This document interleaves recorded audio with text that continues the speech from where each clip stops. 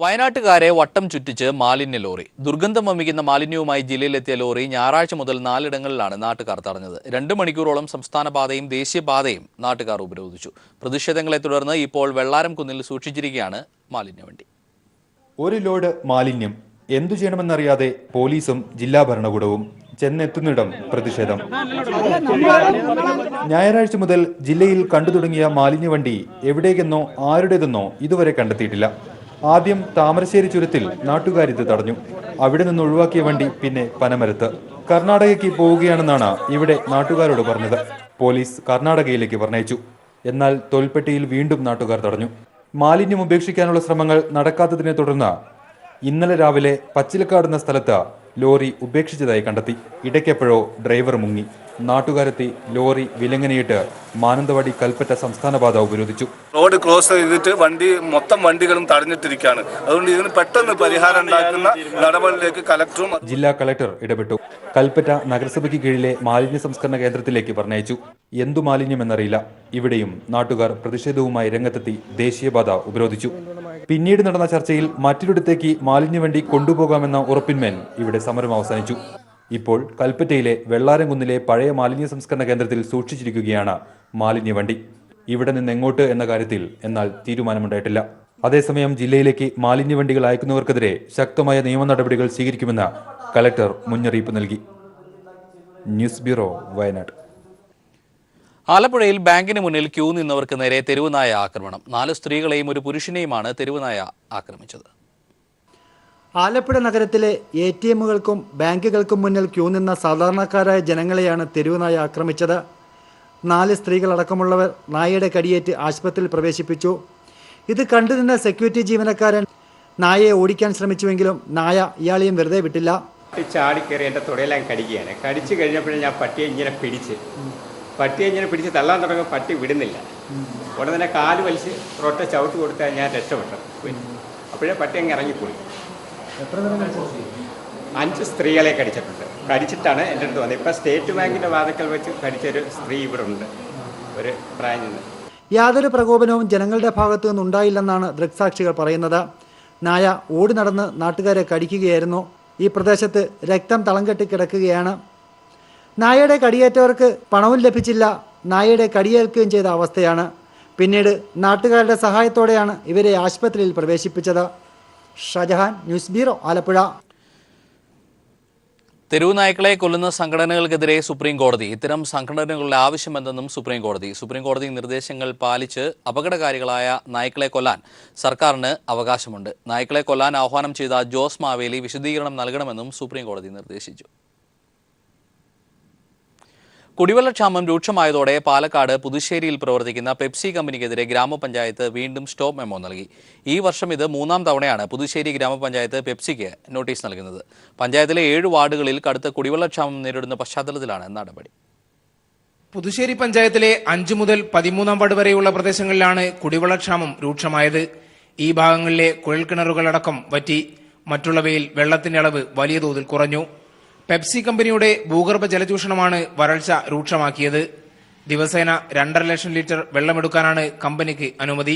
എന്നാൽ 6 മുതൽ 15 ലക്ഷം ലിറ്റർ വരെ ഭൂഗർഭജലം പെപ്സി ഊറ്റിയെടുക്കുന്നതായാണ് ഗ്രാമപഞ്ചായത്തിന്റെ വിലയിരുത്തൽ. 7 കുഴൽക്കിണറുകൾ കമ്പനിക്കുള്ളിൽ പ്രവർത്തിക്കുന്നതായും വിവരമുണ്ട്. പലതും 800 അടിയോളം താഴ്ചയുള്ളതാണ്. 6 മാസം വരെ പ്രവർത്തനം നിർത്തിവെക്കണമെന്ന് കാണിച്ചാണ് നോട്ടീസ് നൽകിയതെന്ന് പഞ്ചായത്ത് പ്രസിഡന്റ് കെ ഉണ്ണികൃഷ്ണൻ പറഞ്ഞു. കഴിഞ്ഞ ഫെബ്രുവരി മാസം മുതൽ പുതുശ്ശേരി പഞ്ചായത്തിൻ്റെ വിവിധ വാർഡുകളിൽ ടാങ്കറിൽ വെള്ളത്തിച്ചുകൊണ്ടിരിക്കുകയാണ്. ഇത് ഒരു പരിധിവരെ ഈ സ്ഥാപനം ഡിസംബർ മാസം മുതൽ 6 മാസം കാലാവധിയെങ്കിലും ഈ കമ്പനി പ്രവർത്തനം നിർത്തിവെച്ചാൽ മാത്രമാണ് ഭാവിയിൽ വരുന്ന മാസങ്ങളിൽ ഈ കുടിവെള്ളക്ഷാമം പരിഹരിക്കാൻ ഒരു പരിധിവരെയെങ്കിലും നമുക്ക് മുന്നോട്ട് പോകാൻ കഴിയും. ഫെബ്രുവരി, മെയ് മാസങ്ങളിൽ ഇതേ ആവശ്യമുന്നയിച്ച് നോട്ടീസ് നൽകിയെങ്കിലും മറുപടി നൽകാൻ പോലും കമ്പനി തയ്യാറായിരുന്നില്ല. സമീപനത്തിൽ മാറ്റമുണ്ടായില്ലെങ്കിൽ നിയമ നടപടികളിലേക്ക് പോകാനാണ് പഞ്ചായത്തിന്റെ തീരുമാനം. പെപ്സി ഊറ്റിയെടുക്കുന്ന ജലത്തിന്റെ അളവ് തിട്ടപ്പെടുത്തണമെന്ന് ആവശ്യപ്പെട്ട് ജില്ലാ കളക്ടർക്കും ഭൂജല വകുപ്പിനും പഞ്ചായത്ത് കത്ത് നൽകിയിട്ടുണ്ട്. News bureau, Palakkad. UDF സർക്കാരിന്റെ കാലത്ത് വിനോദസഞ്ചാരം ലക്ഷ്യമാക്കി കോടികൾ മുടക്കി വേണ്ടത്ര അവധാനതയില്ലാതെ തുടക്കം കുറിച്ച ജലവിമാന പദ്ധതി പാതി വഴിയിൽ നിലച്ചു. പദ്ധതിയുടെ ഭാഗമായി മുൻ സർക്കാർ വാങ്ങിക്കൂട്ടിയ ലക്ഷങ്ങളുടെ ലഗേജ് സ്കാനറുകൾ ഇപ്പോൾ തുരുമ്പെടുത്ത് നശിക്കുകയാണ്. കാസർഗോഡ് കോട്ടപ്പുറത്തെ ജലവിമാന ലാൻഡിംഗ് കേന്ദ്രത്തിൽ സ്കാനറിന്റെ സംരക്ഷണത്തിന് പോലീസ് കാവലും ഏർപ്പെടുത്തിയിട്ടുണ്ട്. വിദേശ ടൂറിസ്റ്റുകളെ എളുപ്പത്തിൽ തീരദേശങ്ങളിലെത്തിക്കുക എന്ന ലക്ഷ്യത്തോടെയാണ് വിദേശങ്ങളിൽ വൻ വിജയമായ ജലവിമാന പദ്ധതിക്ക് മുൻ UDF സർക്കാർ തുടക്കം കുറിച്ചത്. ഇതിന്റെ ഭാഗമായി കാസർഗോഡ് ജില്ലയിലെ കോട്ടപ്പുറത്തും കൊല്ലം, ആലപ്പുഴ എന്നിവിടങ്ങളിൽ പദ്ധതി തുടങ്ങുന്നതിന് പ്രാരംഭ നടപടികൾ സ്വീകരിച്ചു. ഫ്ലൈറ്റ് ലാൻഡിംഗ് കേന്ദ്രങ്ങൾ ഇതിനായി ഒരുക്കി. ജലാശയങ്ങളിൽ സോളാർ വൈദ്യുതി ഉപയോഗിച്ച് സിഗ്നൽ സംവിധാനവും ഏർപ്പെടുത്തി. 2013 ജൂണിൽ കൊല്ലത്ത് പദ്ധതിയുടെ ഉദ്ഘാടനം നടന്നെങ്കിലും മത്സ്യത്തൊഴിലാളികളുടെ പ്രതിഷേധത്തെ തുടർന്ന് പദ്ധതി പാതി വഴിയിൽ നിലച്ചു. തങ്ങളുടെ തൊഴിലിനെ ബാധിക്കുമെന്ന മത്സ്യത്തൊഴിലാളികളുടെ ആശങ്ക അകറ്റുവാൻ സർക്കാരിന് സാധിച്ചില്ല. ഇവരുടെ ആശങ്കയകറ്റി തൊഴിലിനെ ബാധിക്കാത്ത വിധം പദ്ധതി നടപ്പാക്കുവാൻ സാധിക്കുമോ എന്ന് സർക്കാർ പരിശോധിക്കണമെന്ന് നിർദ്ദേശവും ഉയരുന്നുണ്ട്. നീലേശ്വരം നഗരസഭാ chairman professor KP Jayarajan. Seaplane വരുന്ന സമയത്ത് മത്സ്യത്തൊഴിലാളികൾക്ക് അവരുടെ ജോലി സാധ്യതയെ അത് പ്രതികൂലമായി ബാധിക്കുമോ എന്നുള്ള അവരുടെ സംശയം അസ്ഥാനത്തല്ല. കൂട്ടായ ആലോചനയോട് കൂടിയിട്ട് മത്സ്യത്തൊഴിലാളികളുടെയും തദ്ദേശവാസികളുടെയും ഒക്കെ തന്നെ അഭിപ്രായം പരിഗണിച്ചുകൊണ്ട് അവരുടെ സംശയങ്ങളൊക്കെ ദൂരീകരിച്ച് കൊടുക്കാൻ നമുക്ക് സാധിക്കുകയും അവരെയും കൂടി ആത്മവിശ്വാസത്തിൽ എടുത്തുകൊണ്ട് ഈ പദ്ധതി നടപ്പിലാക്കാൻ മുന്നോട്ട് പോവുകയാണെങ്കിൽ ഇത് വിജയത്തിലെത്തിക്കാൻ വേണ്ടി കഴിയുമെന്നുള്ള ഒരു ശുഭാപ്തി വിശ്വാസമാണ് ഞങ്ങൾക്കുള്ളത്. പരമാവധി 1 ഡസൻ യാത്രക്കാർക്ക് പറക്കാൻ സൗകര്യമുള്ളവയാണ് ജലവിമാനങ്ങൾ. ഇവയ്ക്ക് കരയിലും ജലാശയത്തിലും ലാൻഡ് ചെയ്യാനാകും. യാത്രക്കാരുടെ ലഗേജുകൾ നിരീക്ഷിക്കാനായി വാങ്ങിയ 40 ലക്ഷം രൂപ വിലയുള്ള സ്കാനർ ഇപ്പോൾ കാസർഗോഡ് കോട്ടപ്പുറം ജെട്ടിയിൽ നാശത്തിന്റെ വക്കിലാണ്. ഈ സ്കാനറിന്റെ സംരക്ഷണത്തിനു വേണ്ടി SI ഉൾപ്പെടെ 3 പോലീസുകാർക്കാണ് വർഷങ്ങളായി പ്രത്യേക ഡ്യൂട്ടി നൽകിയിരിക്കുന്നത്. ലക്ഷക്കണക്കിന് രൂപ ചെലവഴിച്ച് UDF സർക്കാർ തുടങ്ങിവെച്ച സീപ്ലെയിൻ പദ്ധതി ഇപ്പോഴും കടലാസിൽ ഒതുങ്ങുന്നു. വേണ്ടത്ര അവധാനതയില്ലാതെ നടപ്പാക്കാൻ ശ്രമിച്ചതിന്റെ ഫലമായാണ് ഈ പദ്ധതി പരാജയപ്പെട്ടത്. ക്യാമറാമാൻ ഷൈജു പിലാത്രയ്ക്കൊപ്പം സണ്ണി ജോസഫ്. കൊച്ചി അരൂരിൽ വാഹനം കായലിലേക്ക് മറിഞ്ഞ് കാണാതായവരിൽ ഒരാളുടെ മൃതദേഹം കണ്ടെടുത്തു. നേപ്പാൾ സ്വദേശി മധുവിന്റെ മൃതദേഹമാണ് ലഭ്യമായത്. ശേഷിക്കുന്ന 4 പേരെ കണ്ടെത്താനുള്ള തെരച്ചിൽ തുടരുകയാണ്.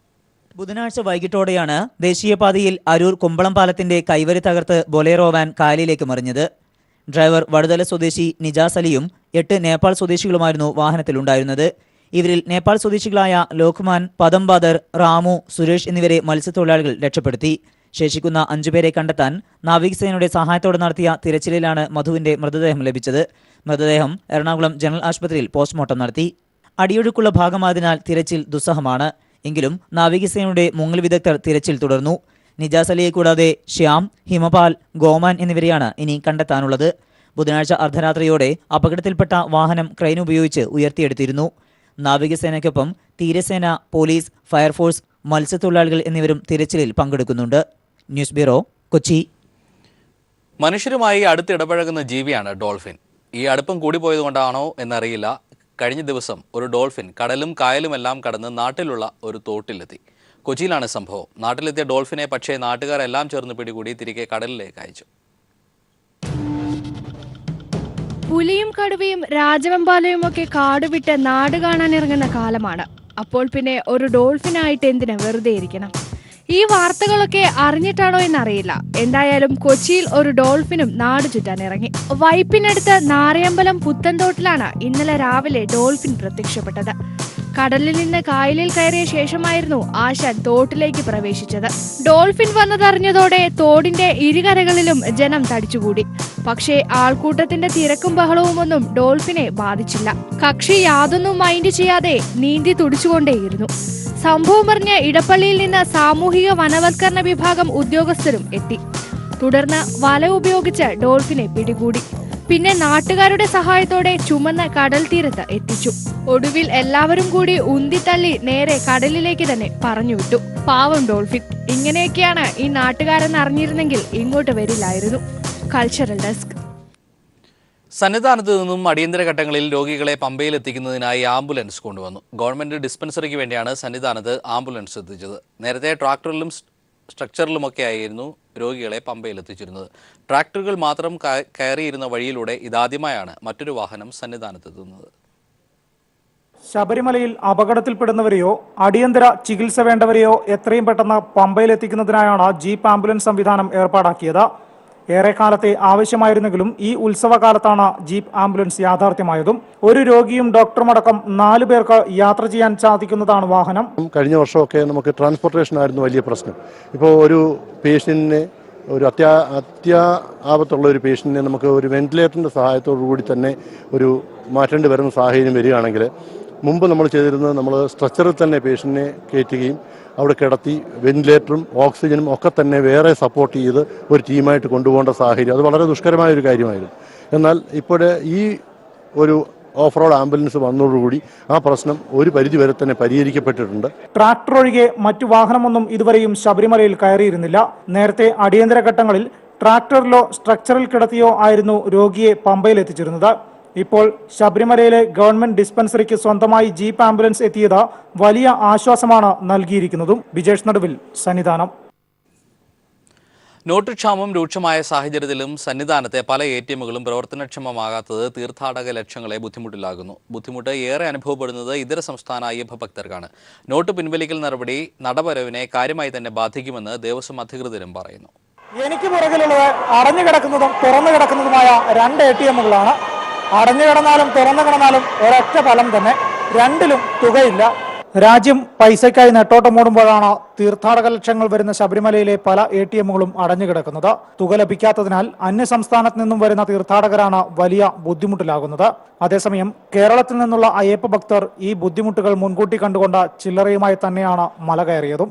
വീട്ടിൽ നിന്നുണ്ടായിരുന്നു നമ്മുടെ ചിലവാശി നമ്മൾ കയ്യിൽ നിന്ന് പിടിച്ചിരുന്നു, ചില്ലറാക്കിയിട്ട് കയ്യിൽ നിന്ന് പിടിച്ചിരുന്നു. വല്ലപ്പോഴും പണം നിറയ്ക്കുന്ന ATMന്റെ മുന്നിലും സന്നിധാനത്തെ ബാങ്കിന് മുന്നിലും വലിയ നിര തന്നെ അനുഭവപ്പെടുന്നുണ്ട്. നോട്ട് പിൻവലിക്കൽ തീരുമാനം നടവരവിനെ കാര്യമായി തന്നെ ബാധിക്കും. അയ്യപ്പ ഭക്തന്മാരുടെ വരവിലും വലിയ കുറവായിരിക്കും ഇത്തവണ അനുഭവപ്പെടുക. This ATM is temporarily out of service. സന്നിധാനത്ത് ഇത്തരത്തിൽ ATMകൾ പണിമുടക്കിയിരിക്കുന്നു. ഇത്തരത്തിൽ ATMകൾ പണിമുടക്കുന്നത് ഭക്തരെ മാത്രമല്ല ജോലിക്കാരെയും വലിയ ബുദ്ധിമുട്ടിലാക്കുന്നുണ്ട്. സന്നിധാനത്ത് നിന്നും ക്യാമറമാൻ വിനേഷ് നേതാജിക്കൊപ്പം വിജേഷ് നടുവിൽ. മണ്ണുത്തി ഇടപ്പള്ളി ദേശീയപാതയുടെ കരാർ കമ്പനിക്ക് സംസ്ഥാന മനുഷ്യാവകാശ കമ്മീഷന്റെ നോട്ടീസ്. ടോൾ പ്ലാസയ്ക്ക് സമാന്തരമായ റോഡ് അടച്ചുകെട്ടിയതിലും പാതയുടെ അനുബന്ധ പ്രവർത്തനങ്ങൾ പൂർത്തിയാക്കാത്തതിലും വിശദീകരണം ആവശ്യപ്പെട്ടാണ് നോട്ടീസ്. ഇക്കാര്യത്തിൽ ഡിസംബർ 30 നടക്കുന്ന സിറ്റിംഗിൽ കമ്മീഷന് മുമ്പിൽ വിശദീകരണം നൽകണം. ചുങ്കപ്പാതയ്ക്ക് സമാന്തരമായി കാലങ്ങളായി ഉണ്ടായിരുന്ന പാലിയക്കര തലൂർ റോഡ് അടച്ചുകെട്ടുക വഴി കരാർ ലംഘിച്ചെന്നും കമ്പനി നിയമവിരുദ്ധമായി സഞ്ചാര സ്വാതന്ത്ര്യം തടയുകയാണെന്നും കാണിച്ച മനുഷ്യാവകാശ കമ്മീഷന് പരാതി ലഭിച്ചിരുന്നു. സർവീസ് റോഡുകൾ, ഡിവൈഡറുകൾ, കനാൽ, തെരുവ് വിളക്ക് തുടങ്ങി കരാറിൽ നിർദ്ദേശിച്ചിരുന്ന അനുബന്ധ പ്രവർത്തനങ്ങൾ നടത്താതെയാണ് കമ്പനി ചുങ്കം പിരിക്കുന്നതെന്നും പരാതിക്കാർ ആരോപിച്ചു. തൃശൂരിൽ നടന്ന സിറ്റിംഗിൽ മനുഷ്യാവകാശ കമ്മീഷൻ അംഗം കെ മോഹൻകുമാർ പരാതി പരിഗണിച്ചു. ഇക്കാര്യങ്ങളിൽ വിശദീകരണം നൽകാൻ കരാറുകാരായ ഗുരുവായൂർ ഇൻഫ്രാസ്ട്രക്ചർ ലിമിറ്റഡിന് കമ്മീഷൻ നോട്ടീസ് നൽകും. ഈ പരാതി കൊടുത്തു, കമ്മീഷൻ അത് പരിശോധിച്ചു. അതിനുശേഷം ഇവർക്കെതിരെ കേസ് രജിസ്റ്റർ ചെയ്ത് നോട്ടീസ് അയക്കാൻ ഉത്തരവായിരിക്കുകയാണ്. അവരെ കൂടെ കേട്ടതിന് ശേഷം മാത്രമാണ് കമ്മീഷൻ അതിൽ വ്യക്തമായ ഒരു അഭിപ്രായ പ്രകടനം നടത്താൻ സാധിക്കുള്ളൂ. കരാർ കമ്പനിക്കൊപ്പം പ്രോജക്ട് ഡയറക്ടർ, ദേശീയപാത അതോറിറ്റി, കേരള പൊതുമരാമത്ത് സെക്രട്ടറി എന്നിവർക്കും നോട്ടീസ് നൽകും. കമ്പനി അടിസ്ഥാന സൗകര്യ വികസനത്തിൽ വീഴ്ച വരുത്തിയതായി മുമ്പ് മറ്റൊരു കേസിൽ മനുഷ്യാവകാശ കമ്മീഷൻ നിയോഗിച്ച അഭിഭാഷക സംഘം സ്ഥിരീകരിച്ചിരുന്നു. കരാർ വ്യവസ്ഥകൾ സംബന്ധിച്ച വിശദാംശങ്ങളും കമ്പനിയുടെ വിശദീകരണങ്ങളും ഡിസംബർ 30 നടക്കുന്ന സിറ്റിംഗിൽ ഹാജരാക്കാനാണ് നിർദ്ദേശം. News bureau, Thrissur. നോട്ടുകൾ മരവിപ്പിച്ചതിനെ തുടർന്ന് മിൽമയിലും കടുത്ത പ്രതിസന്ധി. പാലിന്റെ വിൽപ്പനയിൽ 50,000 ലിറ്ററിന്റെ കുറവുണ്ടായി. സഹകരണ സംഘങ്ങൾ വഴി കർഷകർക്ക് പണം കൈമാറാനാകുന്നില്ലെന്ന് മിൽമ തിരുവനന്തപുരം മേഖലാ ചെയർമാൻ കല്ലട രമേശ് പറഞ്ഞു. 10 ലക്ഷം ലിറ്റർ പാലാണ് പ്രതിദിനം മിൽമ വിപണനം നടത്തുന്നത്. നോട്ട് പിൻവലിച്ച നവംബർ 8 ശേഷം 50,000 ലിറ്ററിന്റെ പാലിന്റെ കുറവാണ് ഇതുവരെ രേഖപ്പെടുത്തിയത്. കേരളത്തിൽ തന്നെ 50,000 ലിറ്റർ പാൽ പ്രതിദിനം കൂടിയിരിക്കുകയാണ്. ഡയറികളിൽ വരുന്ന പാൽ അത് പണ്ട് ഇതിനു മുമ്പ് സംഘങ്ങളുടെ ലോക്കൽ സെയിൽസ് കുറഞ്ഞു. നാട്ടിലെ കർഷകരിൽ നിന്നും ഉപഭോക്താക്കൾ വാങ്ങിക്കൊണ്ടിരുന്ന ലോക്കൽ സെയിൽസ് കുറഞ്ഞു. അത് നാട്ടിൽ പണം ഇല്ലാത്തതുകൊണ്ടാണ്. അപ്പോൾ 50,000 ലിറ്റർ കൂടിയതോടൊപ്പം തന്നെ വേറൊരു വിരോധാഭാസം 50,000 ലിറ്റർ സെയിൽസ് കുറഞ്ഞു മിൽമയുടെ. കേരളത്തിലാകമാനം 50,000 ലിറ്റർ പാലിന്റെ സെയിൽസ് കുറഞ്ഞു. അപ്പൊ അത് രണ്ടും വ്യക്തമാക്കുന്ന 1 ലക്ഷം ലിറ്ററിന്റെ പാലിന്റെ വിടവ് ഈ സംസ്ഥാനത്ത് ഉപഭോക്താക്കളുടെ ഉണ്ടായി എന്നുള്ളതാണ് യാഥാർത്ഥ്യം. ക്ഷീരസംഘങ്ങൾക്ക് മിൽമ പണം നൽകുന്നുണ്ട്. എന്നാൽ സംഘങ്ങളുടെ അക്കൗണ്ടിൽ നിന്ന് 1000 രൂപ മാത്രമേ പിൻവലിക്കാൻ കഴിയുന്നുള്ളൂ. ഇത് ക്ഷീര കർഷകരെ ആശങ്കയിലാഴ്ത്തിയിട്ടുണ്ട്. സംഘങ്ങളിൽ പൈസ വന്നിട്ടുണ്ട്, മിൽമ കൊടുക്കുന്ന പൈസ സംഘങ്ങളിൽ വന്നിട്ടുണ്ട്. കർഷകർക്ക് അത് മാറി കൊടുക്കാൻ കഴിയാത്ത കർഷകർ വളരെ വലയുകയാണ്. അപ്പം ഞങ്ങൾ അതിനൊരു പരിധിവരെ പരിഹാരം എന്ന് പറയുന്നത് അക്കൗണ്ടുള്ള കർഷകരെ രാഷ്ട്രീയ ബാങ്കിൽ അക്കൗണ്ടുള്ള കർഷകരുടെ അക്കൗണ്ടിലേക്ക് ട്രാൻസ്ഫർ ചെയ്യാം എന്നൊരു തീരുമാനമെടുത്തു. പക്ഷെ എങ്കിൽ പോലും അതിന് ഒരു പ്രതിസന്ധി. സാധാരണ കർഷകരാണ്, അവർക്ക് ഈ ബാങ്ക് ഓപ്പറേഷൻ നന്നായി അറിയാവുന്നവരല്ല, പലരും ATM കാർഡ് ഉള്ളവരല്ല. അപ്പൊ അവർക്കും ഉള്ള ബുദ്ധിമുട്ട് അവരുടെ അക്കൗണ്ടിൽ വന്നാൽ പോലും കൃത്യസമയത്ത് പോയി എടുക്കാൻ നിർവാഹമില്ല. അവിടെയും വലിയ ക്യൂ ആണ്. മിൽമ പ്രതിസന്ധി നേരിടുന്നത് സംസ്ഥാനത്തെ ക്ഷീരകർഷകരെ അലട്ടുകയാണ്. മിൽമയുടെ പ്രതിസന്ധി ക്ഷീരകർഷകരെയും ബാധിക്കുന്നുണ്ട്. News bureau, Kollam. നോട്ട് പിൻവലിച്ചതിന് ശേഷം കഴിഞ്ഞ ഒരാഴ്ചക്കാലമായി കടുത്ത സമ്മർദ്ദത്തിലാണ് ബാങ്ക് ജീവനക്കാർ ജോലി ചെയ്യുന്നത്. സമയക്രമമില്ലാതെ 10 മുതൽ 12 മണിക്കൂർ വരെ തുടർച്ചയായി ജോലി ചെയ്യേണ്ട അവസ്ഥയിലാണ് ജീവനക്കാർ. ആവശ്യത്തിന് പുതിയ നോട്ടുകൾ എത്തിച്ച് പ്രശ്നത്തിന് അടിയന്തരമായി പരിഹാരം കാണണമെന്നാണ് ബാങ്ക് ജീവനക്കാരുടെ സംഘടനകളുടെ ആവശ്യം.